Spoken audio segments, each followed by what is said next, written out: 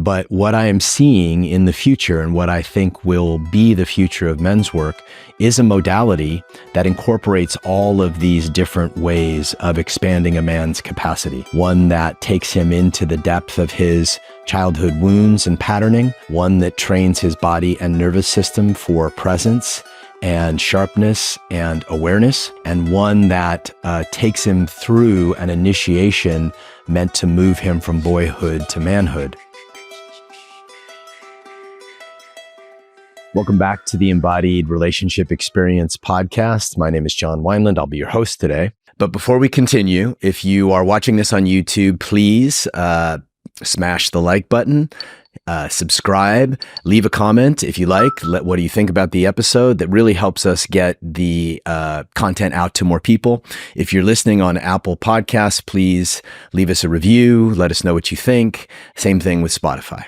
I wanted to do a specific segment on men's work, which, as many of you know, is near and dear to my heart. I, in some way or another, have been participating in men's groups for over 25 years, everything from 12-step men's groups to Mythopoetic men's groups to David Data style men's groups to all kinds of a mishmash of men's groups. You know, at this point in my life, I'm in, 3 different men's groups myself. And, men's work over the course of the last 30 years in particular has become quite well known. For many years, it just sort of lived in the shadows, and these weirdos who played drums in the forest were, thought about as, guys doing men's work. But nowadays, you can throw a rock and hit somebody who is a men's group leader or a men's teacher. And what I wanted to do was to take a look at not only a little bit of a history of men's work, but also the modalities that are being shared, how I see these things integrating, what I consider to be the future of men's work, what I consider to be the best kind of men's work. Yes, I do believe there is, the best kind of men's work. And then talk about, what I see as the future for men. And if men want to jump into these groups and programs around deepening themselves, expanding their capacity, becoming more available in the world, that they have a sense of, what to do and where to go. If you're inspired to get into some practices around this, the Embodied Relationship Experience platform that we have, the link is below, has a ton of men's practices, lots of breath work, lots of meditation work, some movement work, lots of work on how to express deep pain and deep emotions. So that's a great place for a man to start. So I think the place to start is how we would define men's work. And this is, of course, my definition. Other teachers may have different definitions, but I think that men's work is a set of practices and processes and modalities that expand a man's capacity to be available to himself, to the world, to his romantic and intimate relationships. And this set of work allows men to literally just become more available to the world and to themselves. Now, almost every modality of men's work has some set of practices. In something like Mankind Project, it's the shadow carpet practice, which takes a man into, a childhood wound, works through shadow, in a container held by other men. And it's one of the processes that I think is very powerful. There are other processes and practices which actually allow men to get more deeply inhabited in their bodies, help them ground, help them get still, help them find the core of themselves, help them be able to stay in a moment more fully, help them stay with their own emotions more fully, help them stay with the emotions of others more fully. And so these practices are really meant to expand nervous system capacity, both in the ways of expression, but also in the ways of witnessing and holding space. The best men's work will train men to both be in a full space of stillness and consciousness, but will also teach them how to be aware of and be able to express their own emotions, sensations, desires, etc. So the best work, to use the framework that I like to use, the best work that I see men do these days, and it is sort of rare to find a modality that does both of these the way that I like to have it done, which is to spend as much time working on a man's masculine capacity as it is for working on a man's feminine capacity. So when we separate these things, a man's masculine capacity is the capacity to be witnessed to be a grounded, conscious space holder of, right? So the masculine set of practices is one that is going to quiet a man's nervous system, deepen a man's nervous system, deepen his capacity to be in the infinite space of consciousness. But it's also going to teach them the feminine aspects of being able to express fully, to be able to express desires fully, to be able to express emotions fully, to become more sensitive to the environment that you're in, to have a full body sensitivity that allows a man to navigate a moment and to sense what is needed in a moment. So really good men's work, as I see it, has both a masculine aspect around consciousness, stillness, grounded depth, and a feminine aspect around expression, intuition, sensitivity, and the like. All right, so what are some of the benefits that I've seen over the course of 20 plus years of teaching men's work? The first is that a man develops a capacity to actually hold both himself and others more fully. He develops a nervous system capacity to be in conflict, to stay with conflict without closing or without bolting. He learns the capacity to be present. Presence is one of the, great attributes of men's work. He learns to ground himself and ground others with his practice, with his breath, with his body. And, he also develops this incredible sense of brotherhood. One of the things that I've seen in the men's groups that I've been leading for years is this sense of nourishment that happens when men come together to do deep work. It's really hard to recreate. It's not the same kind of thing as going to a game with a few buddies or, going to a bar and having a couple drinks. It's about how deep can we go together? And when men do that, similar to, going into battle together, there is something that gets forged. There is a brotherhood and a nourishment that gets forged and enjoyed that you don't find many other places in the world, right? That is usually the result of a very deep practice, a very deep process, a very deep exploration that a man is doing while being witnessed with other men. And men who do this together forge an incredibly deep bond because they've shown each other the deepest parts of themselves, both the most noble and loving and kingly parts of themselves, and also the shadowy, gremlin-y, scared little boys, right? And so the capacity to be witnessed in that and the capacity to witness others in that creates an incredible bond of brotherhood that I see nourish men again and again. And one of the things that I've loved about the programs that I've led is that these men develop these relationships and end up taking them way beyond, the time they spend in my program, the year to 5 years that they spend doing my work. They'll start their own men's groups. They'll create lifelong friendships. And I think that is one of the things that is missing in so many men. So many men feel alienated, feel like they don't have a sense of belonging, feel like they don't necessarily have a direction in their life or a set of principles and practices that can help them be happy, right? And not just happy, because happiness is certainly not the goal of men's work. It's more about fullness, right? To be able to participate in the fullness of life, both the highest highs, the ecstasy, the bliss, the desire, but also to stay present and available in the lowest lows of grief, anguish, pain, and loss. Not to mention the darker attributes of anger and violence that exist in basically all men to some degree or another. Another benefit of men's work that I see is that their capacity to be in romantic relating, including sexual relating, gets expanded, right? When a man's nervous system and capacity to operate from depth gets lit up, it shows up in every aspect of his life, including his sex life. So, guys who are doing deep men's work tend to come online in a different way as lovers. And so, that is a benefit that I think, all men would like to strive for. They're better equipped to navigate romantic relationships.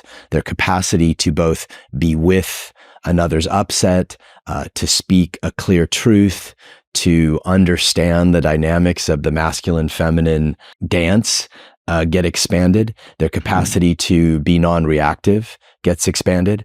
And so they're able to navigate their romantic relationships much more powerfully and with a much deeper sense of agency. Their capacity for presence increases, right? So good men's work will allow men to be present with each other and sharpen each other's consciousness and sharpen each other's presence to the point that they build that muscle that they can stay in presence, in an embodied sense of presence with other men, with their romantic partners, with their children, with the world. Men's work also teaches men to get out of their heads and start to live in the embodied wisdom of their body, right? One of the byproducts of the industrial and now technological ages is that men are spending much more of their time, thinking, much more of their time literally in their heads, consuming information, processing all of these stimuli.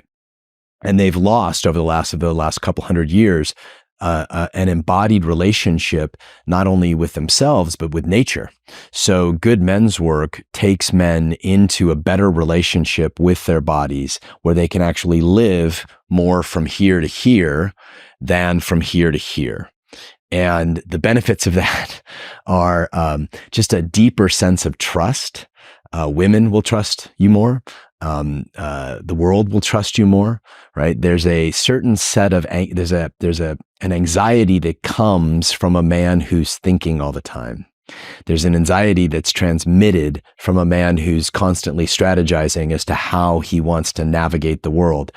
And on the flip side, there's a sense of calmness that comes from a man who's learned to live, from the navel down, from the heart to the genitals. And those capacities are, I want to say, subtle, but powerful, right? To be more trustable is, I guess, the way that I would define it, right? A man becomes more trustable when he does deep work with other men. And a final benefit that I see from men's work is that a man's relationship to death gets sharpened, right? If he's doing deep men's work, then at some point he is looking at his death and he is looking at what he needs to do so that he can die complete. And when a man does that, it tends to sharpen the direction of his life, not only on a day-to-day basis, but also on long-term basis as well, right? So if I know that if I know that death is coming and I've created a relationship with it that's not just, absolute denial, then I'm able to focus and I'm able to really direct my life to what is most important. So of course, men's work is not a modern phenomena, right? Men have been gathering together around fires for millennia, for probably over 100,000 years. Men have been gathering around fires to decompress, to slow things down, to reset from either hunting or battles. And so men's work has been part of the fabric of humanity since the beginning of time. What has happened in the last, few hundred years, really starting with the Industrial Revolution, is that men were taken out of the agrarian societies and the wisdom cultures that they lived in with the land, and they were brought into an industrial age where they were working with machinery, and then they were working with computers, right? They were working in business, right? And so the connection that they had to the land was severed. And what that did was it took a very important piece of daily living out of a man's life. And so what has happened in the last, let's call it 50 years, is that there's been a resurgence of men's work and men's practices that are meant to take men back into their bodies, to take men back into nature, to take men back into deep practice, so that they can sort of repair that imbalance that has happened over the last 150 years. And, so in the recent history, there's been a few really important men's movements. The biggest one would be called the Mythopoetic movement, and that was started by Robert Bly and other men who started what was known and is still known as the Mankind Project.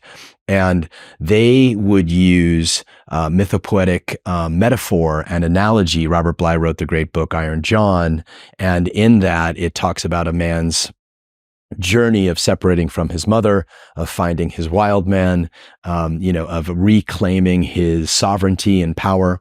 And so the mythopoetic movement was really about helping men regain that connection to the essence of what it's like to be a man in nature and with the feminine. The mythopoetic movement, gained a lot of ground in the 90s, 80s and 90s, even into the 2000s, because it was sort of the only, nationwide, if not worldwide, movement for men.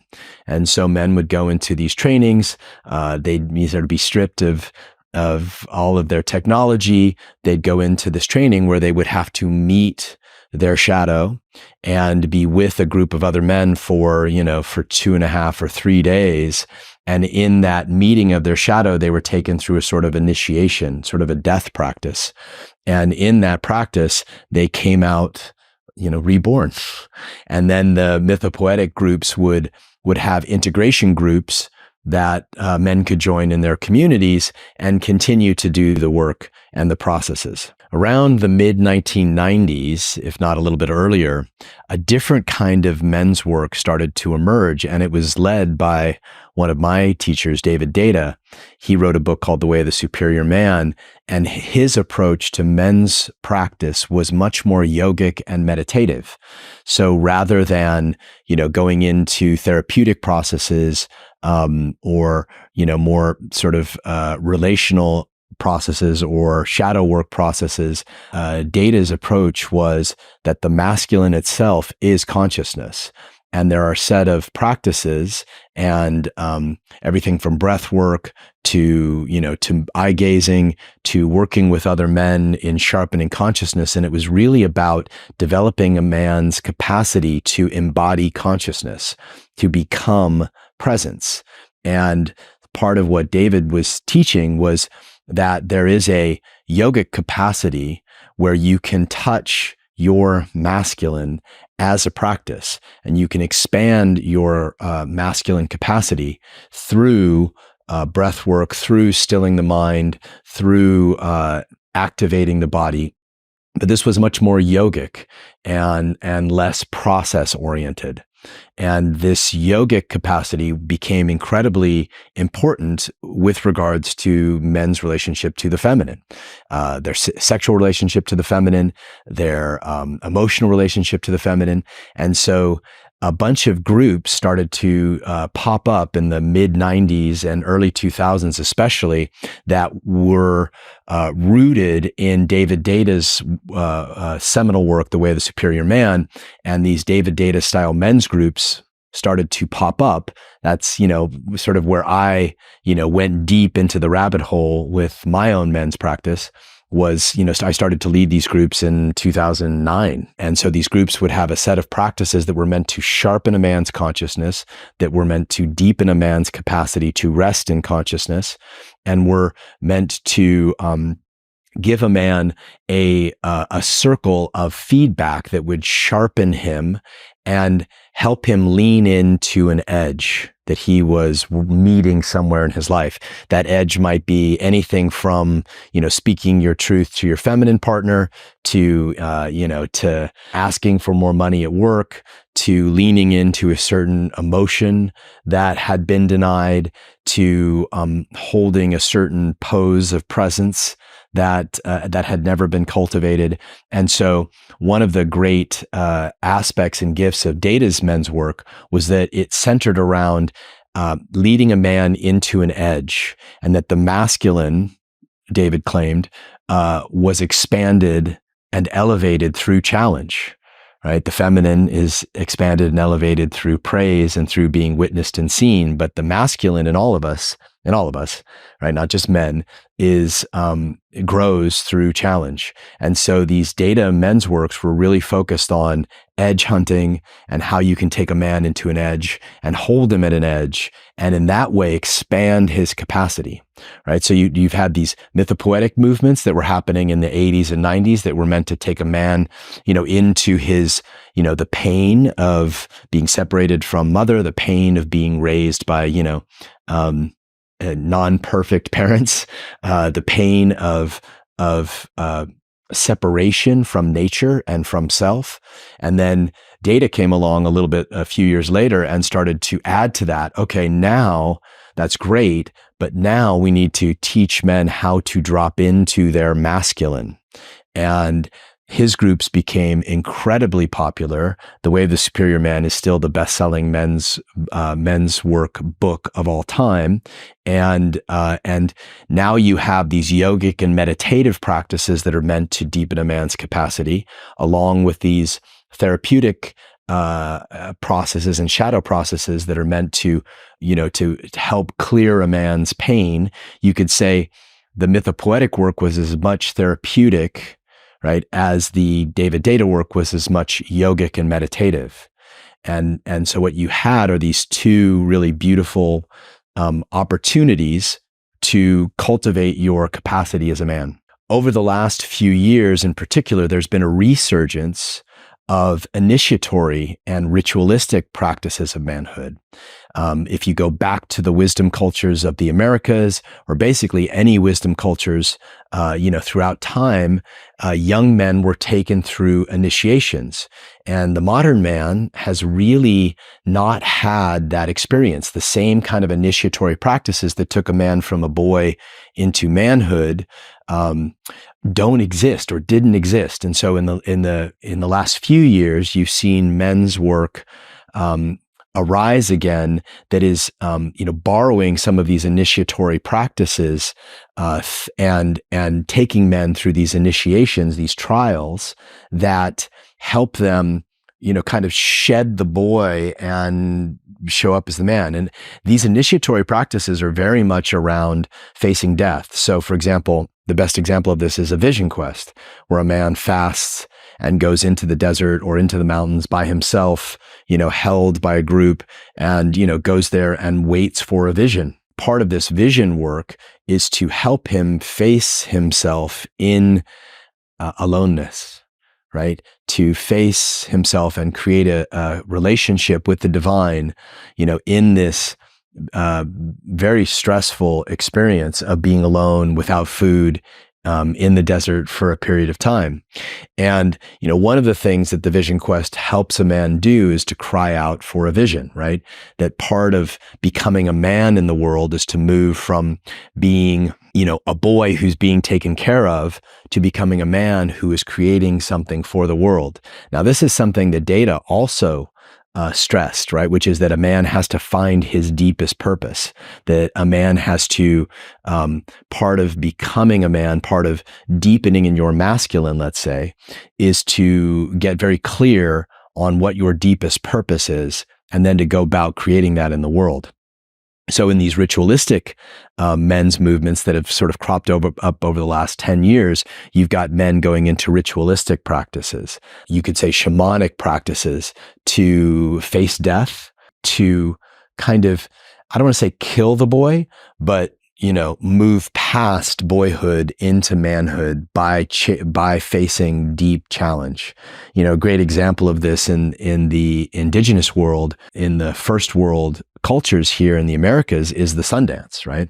Where a young man would be, a young warrior would be strapped to a tree with a sharp pole put through his pecs, and he was meant to either hang from that tree until the pole snapped through his pecs.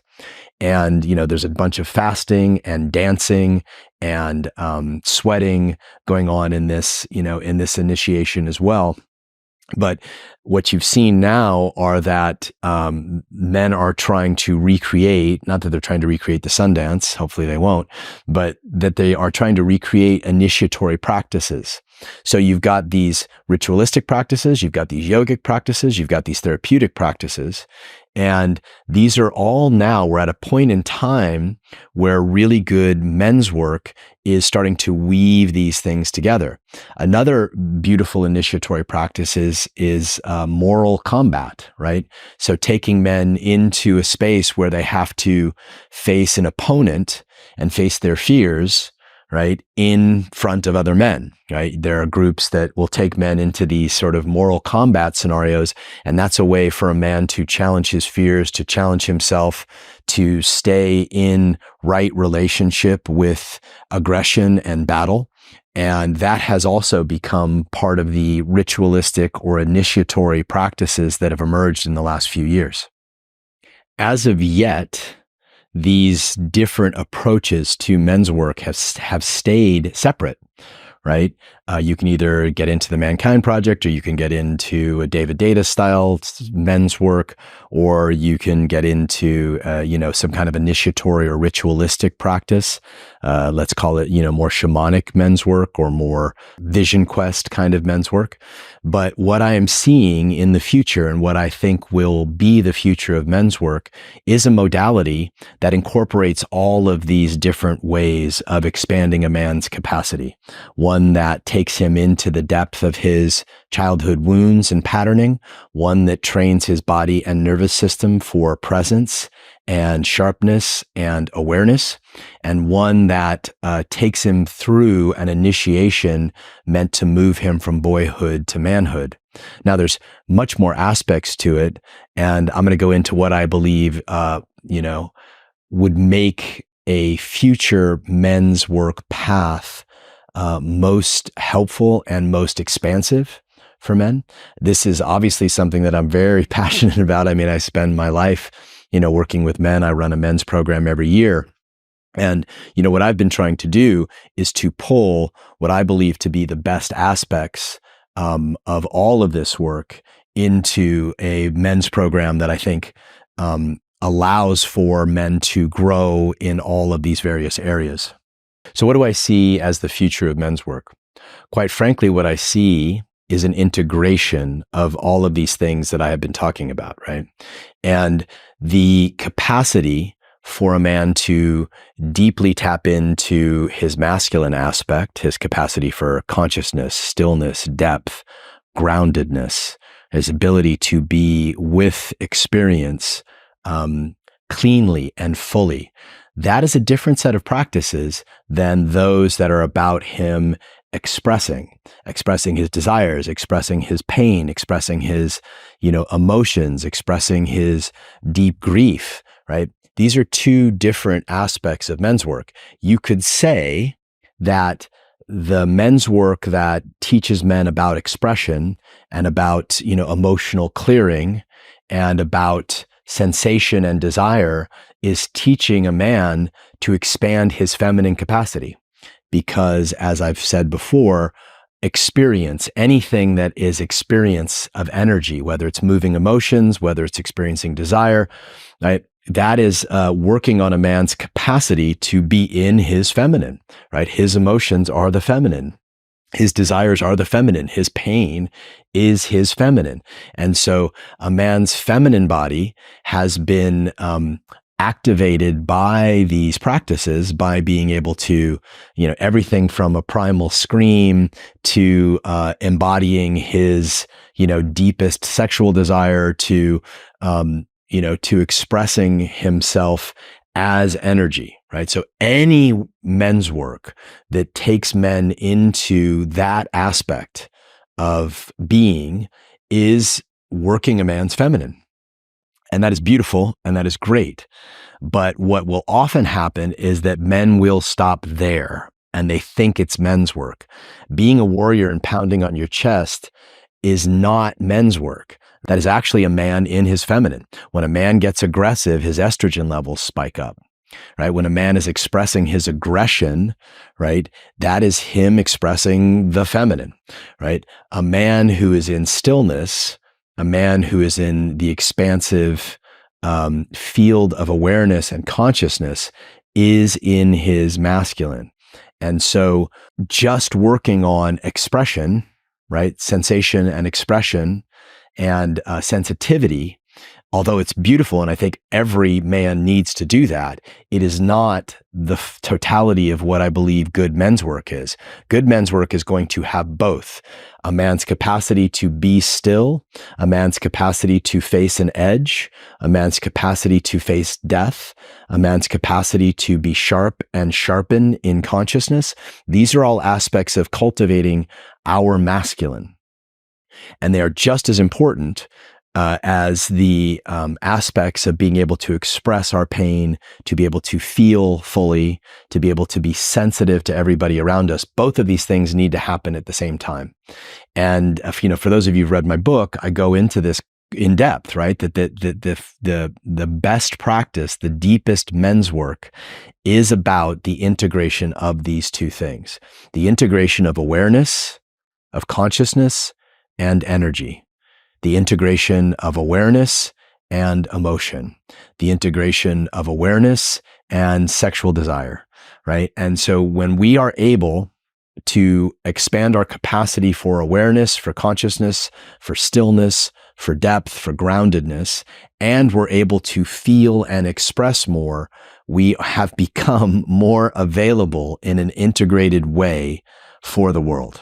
So just as, working a man's feminine as part of good men's work isn't enough, just working his masculine isn't enough, right? You can train a man to be meditative and still. You can train a man to rest in consciousness. You can train a man to sharpen other men and be super clear in his direction and his purpose and, in terms of what he's saying, right? You can train a man to work his masculine, to expand his masculine, but that's not enough, right? As human beings, we have both a feminine aspect and a masculine aspect, and good men's work needs both. Good men's work needs to accentuate and train a man in both. And so the way I see this happening, and the way it happens in the work that I do, is that we will take men through deep emotional processes, deep expressive processes, deep feeling processes, right? We're literally taking them through what I would call feminine practices, right? Any practice of expression, of feeling, of movement is a feminine practice, right? Teaching them to express certain sexual textures, teaching them to even express their warrior, teaching them to feel the magician in them and the way that the magician feels the world. All of these things are actually feminine practices in my book, and they're beautiful, and they need separate attention. And then working with a man's capacity to be still for 30 minutes and look into another man's eyes and stay sharp as consciousness, or to train a man to sit in stillness and receive from nature, receive from her, be witness to her, to train a man to be able to hold space as consciousness, right? To be able to train a man to consistently bring his awareness to his edge, right? And then take direction from there. That is also a set of practices that needs to be done so that a man can be full in both aspects of his masculine and feminine. If we don't simultaneously train a man to deepen in his masculine while he's learning to be more expressive, more sensitive, more sort of emotionally available, what will often happen is that he will drift into that and consider it masculinity. It's not. It's basically giving a man access to his feminine side, right? Without the grounded awareness that can hold it. And I think that's the key point, right? You need both the capacity to express and the capacity to hold yourself, to hold others. And these are both nervous system trainings that good men's work will include. So what happens to a man when he integrates these parts of himself, right? He's able to move and express from a deeper space within. He's able to move and express and feel the moment, feel himself, feel others from a deeper, still place. So rather than just be reactive to what's happening in the moment, he has a grounded, infinite source, let's call it, to move from. So he will move through the world from a place of depth and from a place of expanded conscious awareness that makes him, like I said earlier, more trustable, right? He is not just stoically present. He's able to move from that stoic presence into full expression. And he's able to do so while holding himself. So the way that this works in a practice, I'll give you an example of this. Take it out of the esoteric and into the, practical, right? So a way this might work, let's say you're a man and you're in a little bit of conflict with your feminine partner, right? So what will often happen to men is that they will drift into the sensations that are happening in that conflict. I'm angry, I'm ashamed, I'm scared, I'm reactive, right? And men will drift into that feminine aspect of themselves and lose ground, right? I'm guilty of it. We're all guilty of it. It's a lifelong practice, right? But what good men's work trains you to do is to have those feelings, to have those sensations, to be fully aware of those sensations, but to be tethered to consciousness in that moment, right? And so when a man can do that, rather than being reactive, right, and just having a knee-jerk reaction to criticism, let's say, or to a complaint, let's say, they are moving from a deeper place. And so their responses are going to be different. Their capacity to listen is going to be different. Their capacity to be aware of what's going on in their partner is going to be different, right? Their capacity to be aware of what's going on in themselves, to witness themselves in the moment and to witness another in the moment is going to be different. And so this ability to stay connected to the infinite and unchanging source of consciousness within me while there is chaos going around is the pinnacle of masculine practice, right? So the best men's work teaches men to do both. Teaches men to stay in this wide expanse of consciousness, tethered, right? Tethered and grounded while feeling everything. To be able to rest in this cosmos of consciousness within all of us while feeling everything is the byproduct of great men's work. And it will change your life. It will change the way you look at the world. It will change the way you look at yourself. It will change the way you relate to your romantic partner. It will change how deep you can go sexually. It will change literally your whole nervous system orientation to be able to be with life, to be with, life herself, and never lose your center, never lose your capacity to stay tethered in a moment. And what will happen in those moments is you will be able to feel what's going on but you'll be tethered to a source of wisdom that is consciousness. And that source of wisdom will be a better director for you than your habitual childhood programming or reactivity.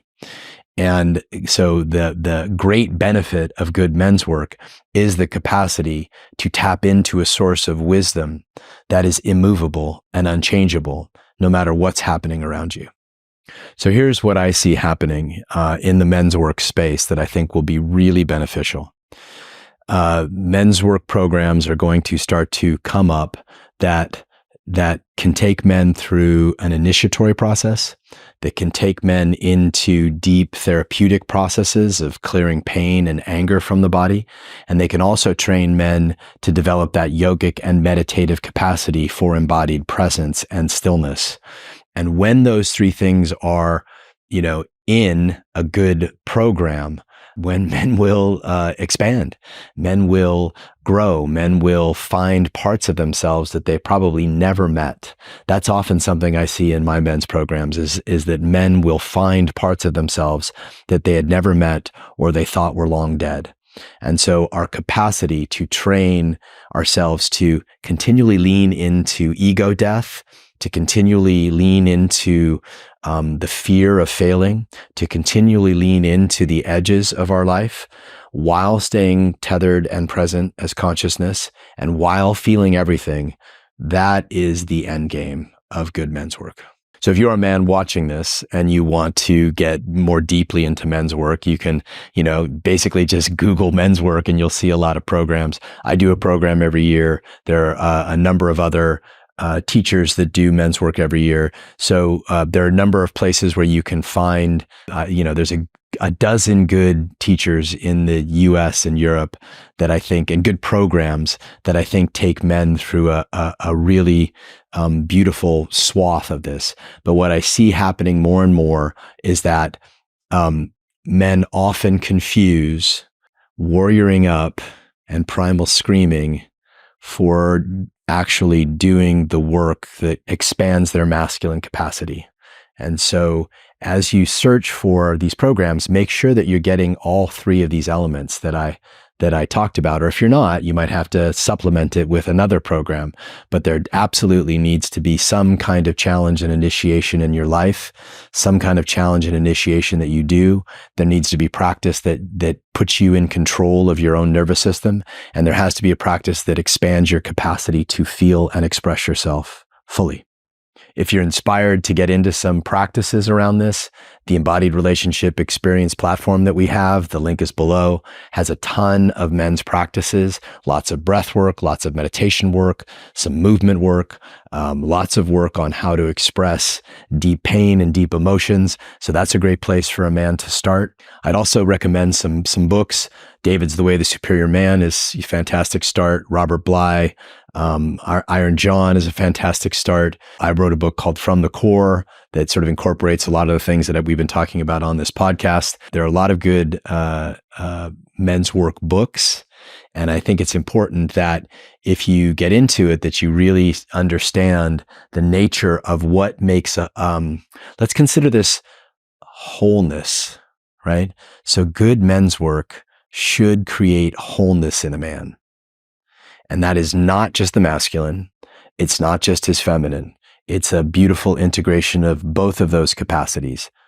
So I hope this has given you a good intro into the different modalities of men's work, what they do for you, what they can do for you, what they should do for you, in my opinion.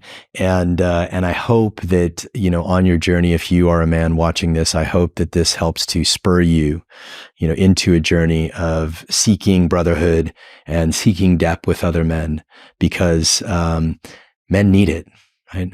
Men need other men who have done the work and are doing the work before them to be lighthouses, to be beacons. It's no mystery that men are suffering.